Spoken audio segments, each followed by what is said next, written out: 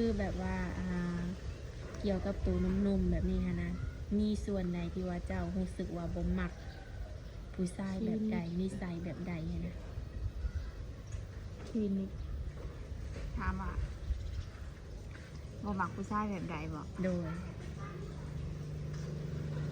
หนึ่งก็คือแบบว่าขี้โวยวายใจฮ้อนแบบเกินเหตุผล กราบทักทายสบายดีและสวัสดีเด้อ FC หักแพงกันเบิดจุขู่จุกคนเนาะบ่ว่าจะเป็นภายในหรือว่าต่างประเทศกายยินดีต้อนรับเข้าสู่ช่องสามมื้อบันปลายก็แล้วเนาะมาพบพอกับสามมื้อมื้อนี้ก็ได้เดินทางมาหาทางผู้สาวโสดหน้าใหม่เนาะกระเชิงของทางสามมื้อนี้ได้มาถ่ายทำทางผู้สาวเพิ่นเป็นครั้งแรกหรือว่าครั้งอื่นเนาะก่อนอื่นทางเฮาก็สิเข้าไปหาทางผู้สาวโสดไปก่อนเนาะโดย จังได๋ก็ฝากกดไลค์กดแชร์ให้สามยเด้อเพื่อเป็นกำลังใจให้ทางสามยได้เห็นสิ่งต่อไปเนาะตอนนี้ก็รู้สึกว่าอากาศหนาวแห้งรีโพงพี่น้องเลยอาจจะได้กระสีบ่เว้าระยะห่างเนาะก็สิได้ขอโทษเขาไปหาทางผู้สาวเพิ่นก่อนนะเด้อ โอเคเนาะทุกคนเนาะเปิดภาพมาเมื่อนี้กะมาพบมาพอกับผู้สาวโสดเนาะเสมอโดยก่อนอื่นทางเฮาสิขออนุญาตทักทายเพิ่นก่อนเนาะโดยสบายดีเด้อ โดยสบายดีเนาะ โดยสบายดีทางเฮากับมาเป็นครั้งแรกเนาะเสมอเนาะ แม่ จะขออนุญาตถามชื่อมีชื่อว่าอะไรเนาะ หลา ชื่อสาวละ โดย อายุ 29 ปี 29 ปีแล้วเนาะอายุ29 ปีเคยมีครอบครัวบ่ แม่ไม่ห่าง โอ้ไม่ห่างมีลูกบ่ ลูกหนึ่ง ลูกหนึ่งโอ้ไม่ห่างลูกหนึ่งแต่ก็ยังงามอยู่เนาะเพิ่นนะ29ยังเจียวแบบนี้แหละพี่น้องเลย จักปีแล้วลูกจัน 12 โอ้ลูกคือว่าเป็นเช้าเลยเล่นเนาะ เป็นสาวหรือเป็นบ่าว เป็นบ่าวแล้ เป็น ว บ่าวโอ้ ผู้ชายวะอ๋อขอโทษก็เถอะคือลูกสาว โดยปัจจุบันนี้ลูกกันได้ทำได้เรียนอยู่บ่ เรียนม .2 มสองแล้วเนาะ โดย ในทางสาวหลานี่โสดมาลนได้นี่ กาโดนเติบแหละ6-7 ปีแล้ว โอ้6-7 ปีถือว่าลนพอสมควรเนาะแบบว่าที่ผ่านมาบ่ได้เปิดใจให้ใครเลยบ่ กะคุยไปเรื่อยๆแต่ห้ามว่าจริงจังบอกอ่ะยังบอกโอเคนะ แต่ก็คือที่ผ่านมานี่ก็มีคุยอยู่เนาะ แม่น แต่ยังบ่มั่นใจหรือว่ายังรู้สึกว่าบ่ถูกใจ แม่น โดยมื้อนี้ก็เลยอยากออกมาเปิดใจเนาะ โดย ผ่านโซเชียลเพราะว่าเนื้อคู่เราอาจจะอยู่ไกลเนาะแล้วมักผู้บ่าวทางไรสะบันนี่ อันนี้บอกตอนนี้ก็ยังโสดยังบ่มี เดี๋ยวมาครูบาทางใดจะเปิดใจนี่ อยากลมผู้บ่าวทางไหนทางฝั่งลาวฝั่งไทยหรือต่างประเทศแบบนี้นะ อ๋อทางใดก็ได้ ได้เบิดเนาะ ได้เบิด เดิมอายุของเพิ่นได้นี่มักผู้บ่าวอายุจักปี อายุสูงหลายกว่าเจ้าของแหละ โอ้ อายุหลายกว่าเนาะตอนนี้29เนาะเจ้า แม่ นี่ น 30ขึ้นเมื่อซะเนาะ โดย แบบขึ้นฮอด60แบบนี้ก็ได้บ่ กับโอเคคันเว้ากันเข้าใจ โดยอายุสนี้ก็ถือว่าถ้าว่าคุยกันเขามกเข้าใจกันก็ถือว่าบ่มีปัญหาอย่างเนาะ โดย ในทางสาวเราวมาเปิดใจในเมื่อนี้นี่คือความพร้อมสร้างครอบครัวนี่มีเต็มร้อยบ่ มี มีเนาะ โดย ถ้าว่าเจอคนที่แบบมักฮักแท้ก็คือพร้อมสร้างบ่ แม่น โดยในทางสาวนามีสเปคตายตัวบ่ บ่มี บ่มีบ่ โดย ก่อนสิออกมาเปิดใจนี่แบบคิดไว้อยู่บ่ว่าอยากได้ผู้ชายแบบใดเข้ามาในชีวิตนี่ เพราะเพียงแต่ว่าหักที่ข่อยเป็นข่อยเลยบ่หักแต่ข่อยต้องหักลูกข่อยนำโอเค โดยหักสาวหลาแล้วก็หักลูกนํเนาะ โดย โอ้โดยต้องจำกัดอยู่ว่าแบบต้องเป็นคนหน้าตาดีฐานะรวย บ่เกี่ยวตัวนี้ บ่เกี่ยวบ่ บ่ ในการอบรมกันนี้ต้องใช้เวลาเรียนเนาะ มันก็สิประมาณ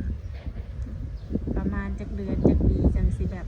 มั่นใจแล้วก็ตกลงปลงใจกับเพิ่นนี่นะ ก็จะสิเชื่อใจกันได้พุ่นล่ะ อืม มันก็จะสิไว้ใจกันได้ โดยก็ถือว่าสำหรับบางคนเติมเนาะ โดย ในการเวลาอบรมกันเนาะ โดย โ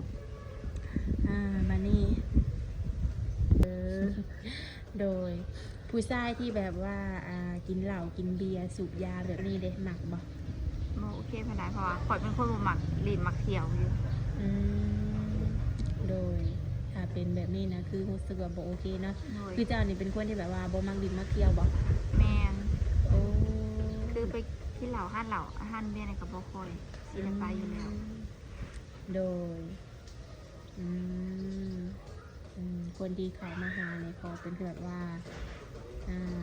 กินเป็นเวลาเวียกเวลางานแบบนี้ได้บ่ แม่นต้องบ่แม่นมาสิกินทุกมื้อทุกยามบ่โอเคเลยนะ โดยกินเป็น ถ้ามาโด ช่วง น ซะ ๆ เนาะ ข้างโดนๆข้างหรือไปงานซะสิโดนหมู่มาหาหรือว่าพอกับหมู่โอเคอยู่ อืม แต่ว่าตลอดก็บ่โอเคคือกัน โดยคือแบบอันนี้ แม่น อืม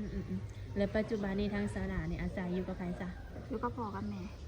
อยู่กับพ่อกับแม่ โดย เนาะถามว่ามีครอบครัวใหม่นี่ออกเงินออกซ่านได้บ่ ในใจก็อยากออก ในใจอยากออก แม่ แต่ความเป็นจริงได้ออกได้บ่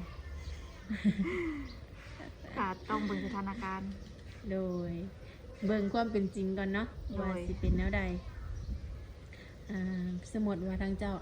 อาจจะมีเนื้อคู่หรือว่ามีผู้บ่าวอยู่ทางไกลบางทีอาจจะเพิ่นมาบ่ได้แบบนี้นะก็จังว่ากันเนาะ โดย แบบว่าเที่ยวไปมาแบบนี้ก็ได้บ่ ได้ ไปมาหาสู่กันเนาะ โดย โดย คือคันว่าเพิ่นนี่เนาะอยากมาเยี่ยมมายามมาเบิ่งตัวจริงแบบนี้ได้ซะ ก็โอเคได้ ได้อยู่เนาะ ได้ ถือว่าบ่มีหยังปิดบังเพิ่นแม่นบ่ แม่น คือทางสามีเก่าเนี่ยอย่าห่างกันเป็นที่เรียบร้อยบ่ แม่น คันว่าเจ้ามีใหม่ก็สิบ่มีการหึงหวงแล้วว่า บ่มีตัวนี้ มั่นใจเนาะ มั่นใจ โดย คือทางเจ้าก็ถือว่าเลิกลากันกันลนเติบเนาะคันว่ามีใหม่ก็อาจจะบ่เป็นหยังเนาะ แม่น คือแบบว่าเกี่ยวกับตัวนุ่มๆแบบนี้ฮะนะมีส่วนใดที่ว่าเจ้ารู้สึกว่าบ่มักผู้ชายแบบใดนิสัยแบบใดหั้นนะ คลินิก ถามว่าบ่มักผู้ชายแบบใดบ่ โดย หนึ่งก็คือแบบว่าขี้โวยวายใจฮ้อนแบบเกินเหตุผล เพราะว่าเคยเจอมาแล้ว โอ้ผู้ชายแบบนี้ แบบ เค บ่ ยเจ พัง อ หน้าพังหลังอย่างเลยนะบ่โอเค อืมโดยคันว่าคนที่สิเข้ามานี่หนึ่งนี่ต้องใจเย็นเนาะ แม่น หลักๆก็คือเอาเหตุผลมาก่อนบ่ใส่อารมณ์เนาะ ต้องฟังก่อน อืม สิพี่สิถึกแล้วไม่เอาแต่อารมณ์ตัวเองเป็นใหญ่กับบ่โอเค โดย คือทางสาวดาเคยเจอนี่รุ่นข้าวเดียวกันบ่ ดื่นกันปีเดียว โอ้ดื่นทีเดียวก็ถือว่าดื่นบ่ได้แล้วก็เพิ่นอาจจะยังแบบยังวัยรุ่นอยู่เนาะอารมณ์ของเพิ่น แต่ว่าคนที่สิเข้ามาเนาะลักๆแล้วก็คือมีแต่อายุหลายทั้งนั้นเลย อายุ40 50 60แบบนี้ค่ะนะเจ้าสิโอเคบ่ โอเค ในอนาคตเอาเฮ็ดลูกเฮ็ดผัวได้บ่ คันก็ต้องเบิ่งตัวจริงก่อนแหละ โดยเบิ่งก่อนเนาะว่าเฮาสิคุยกันเข้าใจกันก่อนบ่เนาะ โดย ต้องเบิ่งความเป็นจริงก่อนเลยทุกคนเลยแล้วปัจจุบันนี้ทางศาลานี่ได้เฮ็ดเวียกเฮ็ดงานหยังซะ ก็เฮ็ดเรื่องโรงงาน โรงงานหยังเกาะ โรงงานไม่อัดเลย โอ้โรงงานไม่อาดบ่ โดย โอ้ไปเฮ็ดทุกมื้อ แม่นอยู่แต่วันผิด ก็คือมื้อนี้ก็เป็นมื้อวันพักผ่อนเลย แม่น โอ้ไปเฮ็ดอยู่หันโดนแล้ว 2 เดือนแล้ว 2 เดือนแล้วเนาะ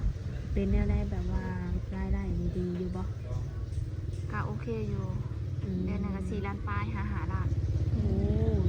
ก็ถือว่าได้หลายอยู่เนาะดูคือลักๆแล้วก็คือแบบทางสลานี่หาเงินส่งลูกเรียนบ่ แม่น แบบว่านอกจากพ่อแม่แล้วมีภายอีกอยู่ในเรือนค่ะ ก็มีแต่อ้าย โอ้มีซัมนี่กันบ่ อ้ายผู้หนึงกะเมีย2 คน อืม ผู้หนึงเพิ่นก็สร้างครอบครัวแล้วอยู่ไปอยู่กับเมีย อืม อีกผู้หนึงเพิ่นก็โสด โอ้อีกผู้หนึงก็โสดโดยอืมก็บ่แน่เนาะเผื่อในอนาคตทางสระอาจจะไปอยู่น้ำสามีได้เนาะ แม่น เพราะว่าอยู่กันหลายคนอยู่เนาะ แม่น อืมแล้วคนที่สิเข้ามาหาแบบนี้หั้นนะคันว่าเพิ่นเคยมีอดีตคือกันเด้ได้บ่ ได้ ได้อยู่เนาะ คะแนนยอมหักสถานะเขาได้ อืมมีหยังในสถานะเจ้าแบบตัวยอมรับได้นี่นะ บอกเลยคันสิว่าข่อยบ่แม่นคนรวยนะ โดย เลื่อนซ่านกาบ่ให้ติว่าเลื่อนซ่านเจ้ายังบ่แล้วซ่านจังซี่ โดย ว่าเพิ่นในเรือนก็ยังเหลือแต่ยังแต่ข่อยกับแม่ที่ว่ายังหาเงินนั่นน่ะ อืมโดยทั้งแม่อายุจักปีกับ 50ปลายกำลังออกมานานแล้ว โอ้ แต่พ่อก็ออกมานานแล้ว แสดงว่าลักๆแล้วก็คือมีแต่ว่าทางเจ้านี่หาเงินเนาะ แม่น โอ้แต่ละปีได้เฮ็ดไร่เฮ็ดนาบ่ซะ เฮ็ด เฮ็ดทุกปีบ่ แม่น อืมเขาน้ำซ้ำปลาได้อยู่บ่ ปีนี้ได้30ปลาย โอ้กลุ่มกินบ่ กาบ่กลุ่มปานใด ประมาณช่วงไรสัจเบิดนี่นะเขานี่ บ่ได้เถื่อกันยามลงหน้า โอ้ เดี๋ยวบ่ฮอดยามเกี่ยวซ้ำก็เบิดละ คือละเขา30 สอบเนาะกับบ่ได้หลายปานใดเนาะคือแบบเขาก็คันว่าเบิดนี่ก็ต้องซื้อแม่นบ่ แม่น ก็ถือว่ารายจ่ายนี่ก็หลายพอสมควรอยู่เนาะตอนที่ว่าเขาเบิดเนาะ แม่น ก็คือแบบว่าคือทางเจ้านี่แบบอยากลงไปหาเงินหาคำอยู่ทางไกลอยู่บ่ เคยไปอยู่ เอาเคยไปเนาะ แม่น โอ้ไปโลนบ่ไปอยู่คนน่ะ ไปให้ไปมาๆก็2 ปีกว่า แสดงว่าหาก็มาเฮ็ดเวียกอยู่บ้านเท่านี้ แม่น โอ้ไปเฮ็ดงานอยู่แถวใดนี่ อยู่แถวประตูน้ำขายเสื้อผ้า โอ้เฮ็ดงานขายเสื้อผ้าโดยเป็นอะไรคือว่าอยากมาเฮ็ดเวียกเฮ็ดงานอยู่บ้าน การคิดฮอดลูกมานี่พ่อกับแม่ก็บ่คอยมีไฟเป็นอันนั้นเบิ่งแย่งอะนะ โดยก็คือแบบว่า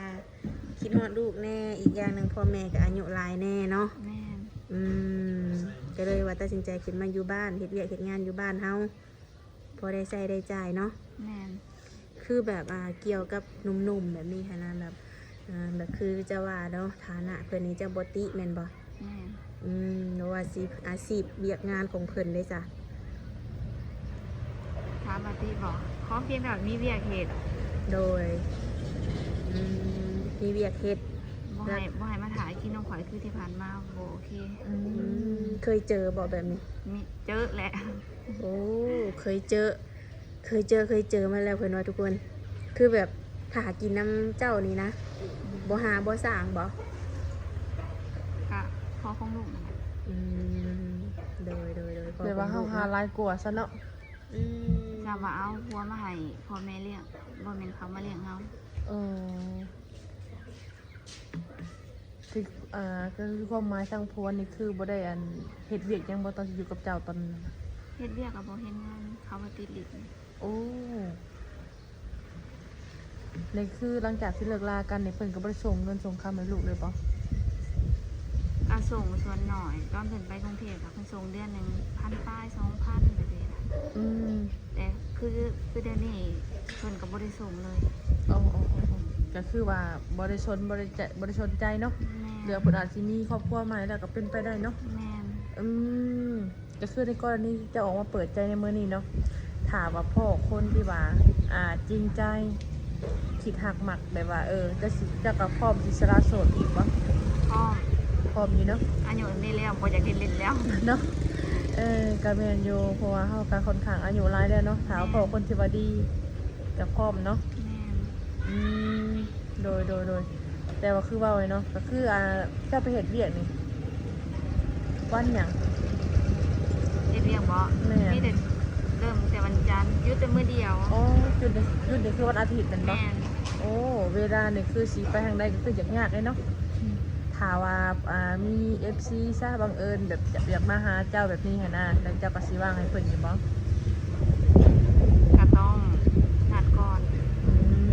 ต้องนัดก่อนว่าว่างบ่สะดวกบ่ก็จังว่ากันเนาะ โดย เออ สมมุติว่ามาแล้วเพิ่นบ่มีนัดเนาะยังบ่นัดกันจนเพิ่นว่าโอ๊ยมาบ่เห็นสิว่าโอ๊ยผู้สาวคืออันเปิดใจจะได้ว่าบ่อันข่อยสิไปหาบัดบ่ได้ ก็ต้องให้เข้าใจทางเอื้อยเพิ่นเนาะเพราะว่าทางเพิ่นน่ะเฮ็ดเวียกหยุดเฉพาะวันอาทิตย์ถามมาก็ต้องนัดเนาะทางเจ้าตอนนี้สมมุติว่าเขาบ่ได้เฮ็ดเวียกอยู่ในโรงงานแล้วอยากไปเฮ็ดแบบว่าหลังจากบ่ได้เฮ็ดเวียกอยู่โรงงานเนาะในตัวเองจะมักแบบใดมักค้าขายหยัง ขายเสื้อ โอ้มักขายเสื้อผ้ามั้ง แม่น